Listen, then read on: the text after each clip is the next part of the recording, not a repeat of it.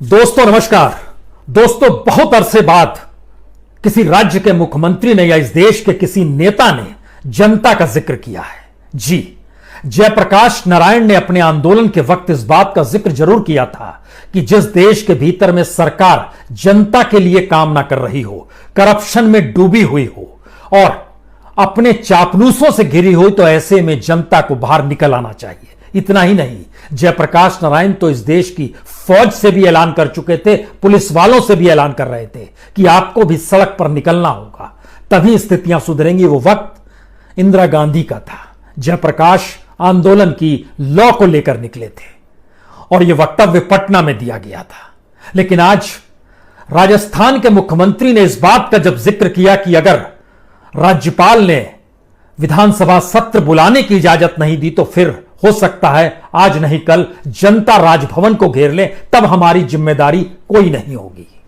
क्या वाकई इस देश के भीतर में जनता के कोई सरोकार मौजूदा वक्त की सियासत के साथ बच पा रहे हैं, या मौजूदा वक्त की सियासत ने जनता के बारे में कभी कुछ सोचा भी है? जो राजस्थान के मुख्यमंत्री ने जब इस बात का जिक्र किया तो लगा वाकई इस देश के भीतर में कोई नेता तो होना चाहिए जो ऐलान करे, ऐवान करे तो जनता सड़क पर निकल आए। कोई नहीं बचा है। सभी के सभी अपने अपने सत्ता के दायरे में सिमटे हुए हैं और उसमें सत्ता की मलाई जनता के हक को छीनकर खाने की स्थिति में है। फिर भी जिक्र हो गया राजस्थान के मुख्यमंत्री के जरिए, अशोक गहलोत ने जिक्र कर दिया। और अशोक गहलोत का संकट राजस्थान के भीतर उनकी अपनी पार्टी से उपजा हुआ है। उनके अपने 19 विधायक, उन 19 विधायकों में तो 4 विधायक ऐसे हैं जो 70 के दशक से कांग्रेस की सीट पर चुनाव जीतते आए हैं, तब के विधायक हैं।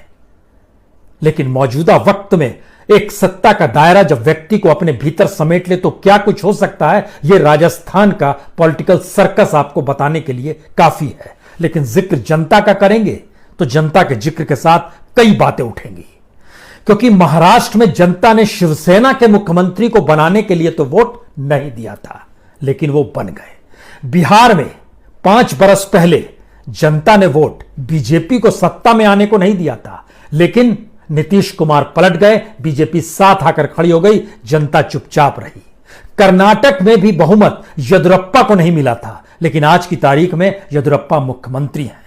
मध्य प्रदेश में भी बीजेपी को बहुमत नहीं मिला था, लेकिन कमलनाथ बाहर हैं और बीजेपी के नेता जो हारे थे वह दोबारा सत्ता में हैं, मुख्यमंत्री हैं। इस देश के भीतर में जनता की बात इस लोकतांत्रिक परिस्थिति में सुनता कौन है? और लोकतंत्र तो संविधान की पहली शर्त है। जब जनता से जुड़े सरोकार, उसके वोट के अधिकार, उसकी जिंदगी जीने के अधिकारों से सत्ता और सरकारें आंख मूंद लेंगी, तो उसके बाद जब जब जैसे जैसे संविधान की धज्जियां उड़ेंगी, जनता सिर्फ इस तमाशे को देखेंगी। और आज जयपुर की सड़कों पर हुआ भी यही। फेयरमेंट होटल से जब बसें निकली, एक कतार में 4 बस, आगे पीछे लगभग 25 गाड़ियां। इन गाड़ियों को देखकर जनता हंस रही थी, कुछ तालियां बजा रही थी, कुछ इशारे कर रही थी, कोई सीटी बजा रहा था। यह है इस लोकतंत्र का अनूठा सच। फिर भी अगर अशोक गहलोत जी को लगता है कि जनता आकर राजभवन घेर लेगी, तो जनता की रुचि ना तो मुख्यमंत्री निवास या मुख्यमंत्री के दफ्तर में बैठे मुख्यमंत्री को लेकर है और ना ही राज्यपालों को लेकर है, क्योंकि हर कोई जानता है मौजूदा वक्त में संवैधानिक पदों पर बैठे हुए जो लोग हैं वह किस रूप में सिर्फ और सिर्फ अपनी सोचते हैं। क्योंकि मौजूदा वक्त में यह कैसे संभव है कि अशोक गहलोत को लेकर बीजेपी ने कोई अविश्वास प्रस्ताव लेके नहीं आ गई है और इस बात का जिक्र नहीं किया है कि आपको सदन में बहुमत साबित करना है। सचिन पायलट भी वहां से निकल कर गए हैं। अगर मान भी लीजिए वह बीजेपी के दायरे में सिमटकर हरियाणा में जाकर बैठे हुए हैं, तो भी 109 विधायकों का दावा तो अशोक गहलोत ही कर रहे हैं और सरकार गिराने की बात कहीं हो नहीं रही है। फिर भी वह सरकार होटल में क्यों बैठी है? और 1-2 दिन नहीं, बीते 12 दिनों से बैठी हुई है। और जिस होटल में बैठी है, एक आम शख्स सबसे सस्ता कमरा ले ले, सबसे सस्ता भोजन करे, तो भी एक दिन का किराया उस होटल के भीतर का 14,000 रुपए हो जाएगा और 12 दिन का किराया 1,68,000 हो जाएगा। और यहां तो एक विधायक नहीं है, 102 विधायक हैं, यानी तकरीबन सबको जोड़ दीजिएगा तो फिर स्थिति नाजुक हो जाएगी, क्योंकि यह 1 करोड़ 71,36,000, सबसे सस्ता रूम, सबसे सस्ता भोजन। और उसका रेंज अगर देखिएगा उस होटल का, तो यही रेंज अगर सबसे रईसी के साथ वहां पर रहना शुरू कर देंगे, जो रह रहे होंगे, सबसे रईसी के साथ भोजन हो रहा होगा, सिनेमा हो रहा होगा, योगा हो रहा होगा, स्विमिंग हो रही होगी, ऐशगाह होगा, तो फिर वो खर्चा 9 करोड़ तक पहुंच जाएगा। 12 दिनों का खर्चा 102 विधायकों का 9 करोड़ तक पहुंच जाएगा। लेकिन हम ये मानकर चल रहे हैं कि शायद वहां भी इन्हें महात्मा गांधी याद आ रहे होंगे, तो एक सादगी होगी, इसीलिए हमने खर्चा सिर्फ 1.25 करोड़ का जोड़ा है। लेकिन इस बीच में जो अदालतों में गए, स्पीकर ने फैसला नहीं दिया है, फिर भी हाईकोर्ट का दरवाजा खटखटाया गया। हाईकोर्ट ने फैसला नहीं दिया है, स्पीकर सुप्रीम कोर्ट पहुंच गए। अभी सुप्रीम कोर्ट ने कुछ नहीं कहा है, मुख्यमंत्री ने प्रधानमंत्री को पत्र लिख दिया। अब सुप्रीम कोर्ट ने हाईकोर्ट के फैसले को कहा जब तक नहीं आएगा हम कुछ नहीं कहेंगे, और हाईकोर्ट ने अपने तौर पर कहा अब सुप्रीम कोर्ट चीजों को तय करेगा। स्थिति को समझिए, इस देश के भीतर में संवैधानिक संस्थाओं की मौजूदगी अगर जनता के अधिकार को नहीं देखती है, तो फिर संविधान की शपथ लेने वाले भी आज नहीं कल तो मारे जाएंगे। आज ताकत में बीजेपी की सरकार है, मोदी सरकार है, आरोप आप लगा सकते हैं, लेकिन कल को फिर आपकी सरकार होगी तो आप पर भी आरोप लगेंगे, क्योंकि संविधान को पूछता कौन है इस देश के भीतर में। और जिस डेमोक्रेटिक राइट्स का जिक्र हो रहा है उसमें जानकारी मिली और पूछा गया कि महाराज वकीलों को कितना देंगे, और इस वकीलों की जो पेशी हुई है 3-4 दिनों तक, उसका जो पूरा का पूरा वो लगभग 6.5 करोड़ बैठ रहा है।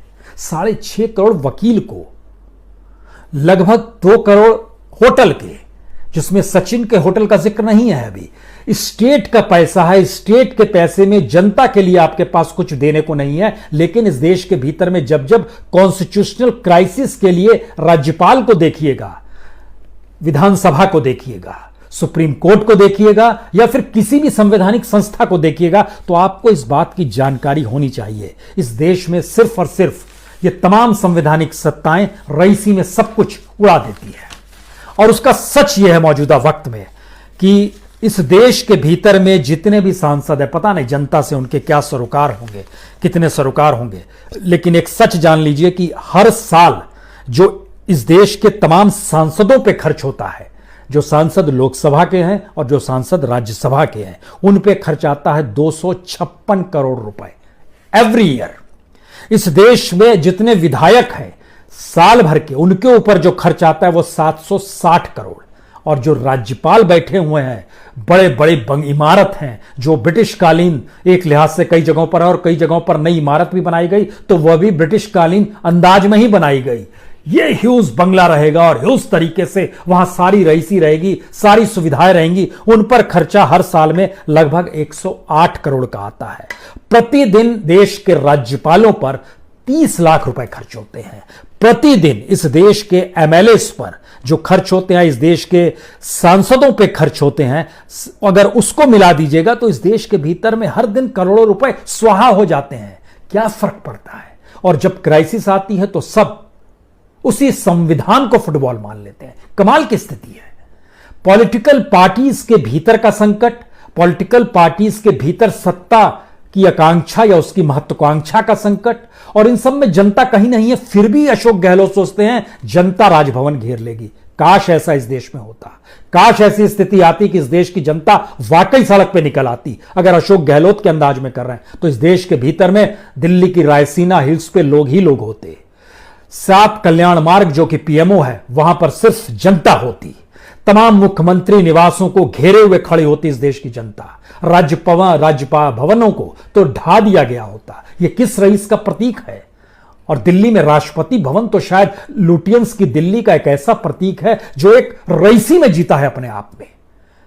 इन्हें सत्ता चाहिए। सत्ता लड़ने के लिए वही संविधान का आसरा चाहिए जिसको ये एक लिहाज से फूंक चुके होते हैं। फिर भी हम जिक्र जब इस बात का करेंगे, नहीं, इस सर्कस के भीतर आप जाने की कोशिश तो कीजिए। तो सुनिए जरा क्या लिखा हुआ है। जो एफिडेविट दायर किया गया है सुप्रीम कोर्ट में, सचिन पायलट ने किया है, उसमें एक पैरा लिखा गया है कि हम लोग कांग्रेस के हैं, हमारे तमाम विधायक कांग्रेस की टिकट पे चुनाव जीते हैं, हमारे सभी लोग कांग्रेसी हैं और आज से नहीं है, दशकों से कांग्रेसी हैं, बरसों बरस से कांग्रेसी हैं। यह एफिडेविट का हिस्सा है। यानी सुप्रीम कोर्ट के भीतर जो एफिडेविट दी गई है उसमें कांग्रेसियों ने दी है, कांग्रेस होकर दी है। और दूसरी तरफ अशोक गहलोत राजस्थान के भीतर जब तमाम दरवाजों का जिक्र करते हुए जो वापो की स्थिति ले आए हैं और उसमें जिन जिन बातों का उन्होंने बीते दिनों जिक्र किया है, वो जिक्र ऐसा जिक्र है जो हो नहीं सकता है। संभव नहीं है कि वह अपने डिप्टी सीएम से 1.5 साल से बात नहीं कर रहे हो, उसको निकम्मा बताने से नहीं चूक रहे हो और इस बात का जिक्र कर रहे हो कि दरअसल इस दौर में तो वह सरकार 6 महीने से गिराने को लगे हुए थे। 6 महीने का वक्त लगता है मौजूदा वक्त में किसी सरकार को गिराने में। देश के भीतर में 11 सरकारें बीजेपी ने गिराई है अलग अलग तरीके से, जिसमें नॉर्थ ईस्ट की सरकार भी है। उन सरकारों को गिराने में 6 महीने का वक्त, कोई ये ऑपरेशन नहीं था, चाहा और गिरा दिया। ठीक उसी तरीके से जो उस देश की एजेंसीज है, जब वो आपके दरवाजे पर पहुंचती है, चाहे वो सीबीआई हो, ईडी हो, आईटी हो, अंदर बैठ के चाहे आपके साथ वो तमाम अधिकारी चाय पी रहे हों और इस बात का जिक्र कर रहे हो कि हमें आपसे कुछ लेना देना नहीं है, सिर्फ ये बताने के लिए भेजा गया है कि आपकी चौखट पे हम पहुंच गए हैं। और यही इस देश के भीतर का एक अनूठा सच है, जिसमें जिसकी सत्ता होगी, जिसकी सियासत होगी, मीडिया के बोल वैसे ही होंगे, कॉन्स्टिट्यूशन इंस्टीट्यूशंस के बोल वैसे ही होंगे, ब्यूरोक्रेसी के बोल वैसे ही होंगे। तब आप क्या करेंगे? इसका मतलब है यह देश कॉन्स्टिट्यूशन से नहीं चल रहा है, यह देश कॉन्स्टिट्यूशन के नाम पर जरूर चल रहा है, यह देश डेमोक्रेटिक सेटअप में नहीं चल रहा है, यह देश डेमोक्रेसी के राग गाकर जरूर चल रहा है। तो ऐसे में अशोक गहलोत की क्या हैसियत है और अशोक गहलोत इन बातों का जिक्र करके क्या करना चाहते हैं? जो खेल अशोक गहलोत ने अपने तौर पर सचिन पायलट के साथ किया, वही खेल तो दिल्ली में बैठे हुए अमित शाह या नरेंद्र मोदी का जिक्र आता है तो कभी वसुंधरा से पूछ लीजिए, यही खेल वह भी कर रहे थे।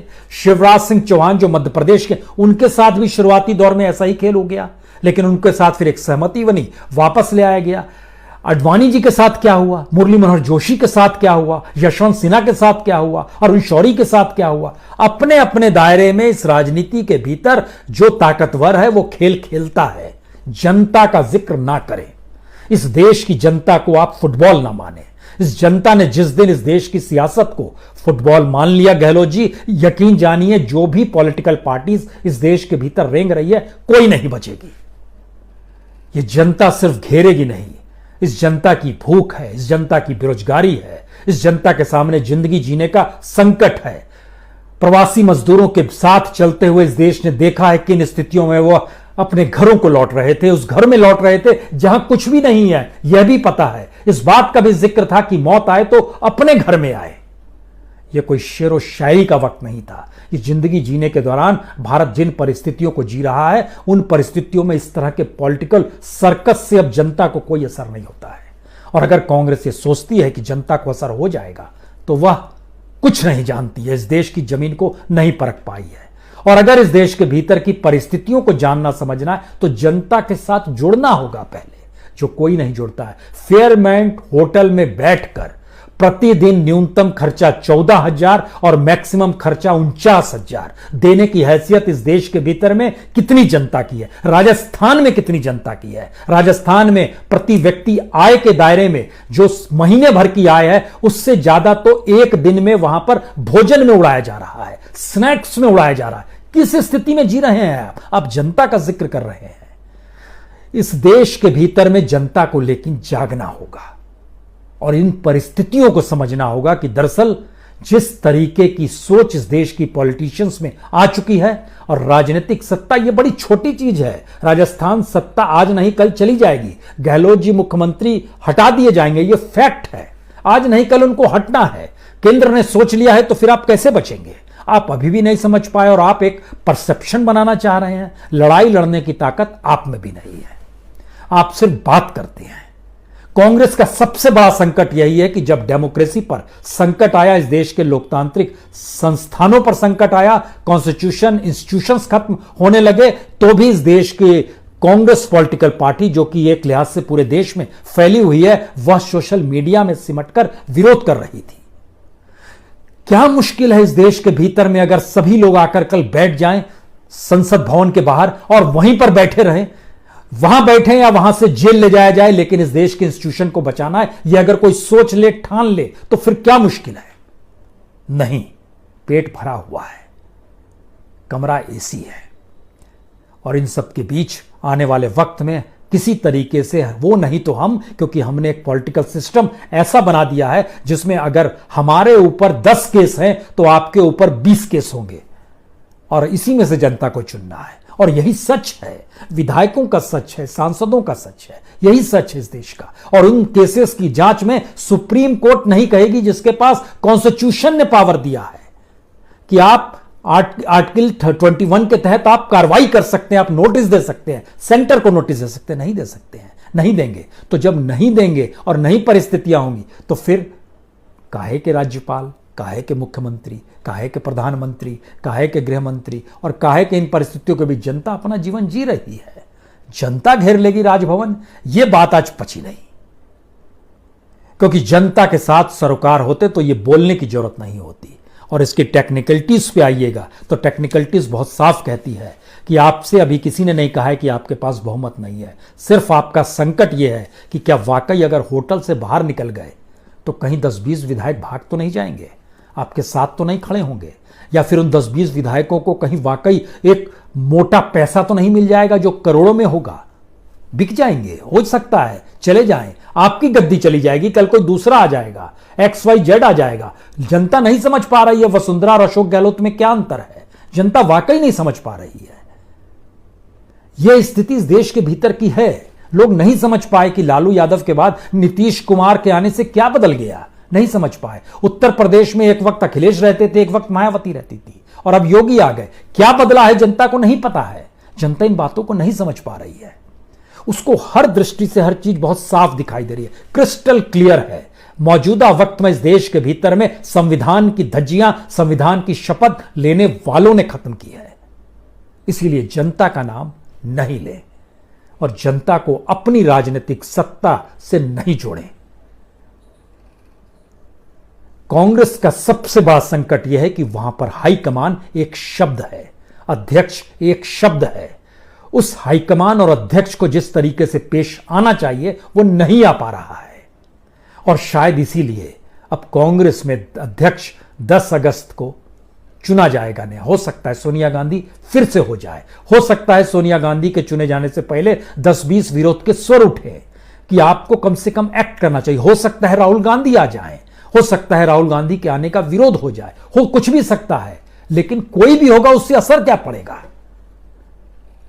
पॉलिटिकल पार्टी अगर कार्यकर्ता से बनती है तो यह देश जनता से बनता है, और जनता को इस देश ने सत्ता में आने के बाद दरकिनार कर दिया है। यह चेतने का वक्त है हर किसी के लिए, सिर्फ अशोक गहलोत के लिए नहीं, हर उस मुख्यमंत्री के लिए और शायद इस देश के प्रधानमंत्री के लिए भी। बहुत बहुत शुक्रिया, बहुत बहुत शुक्रिया।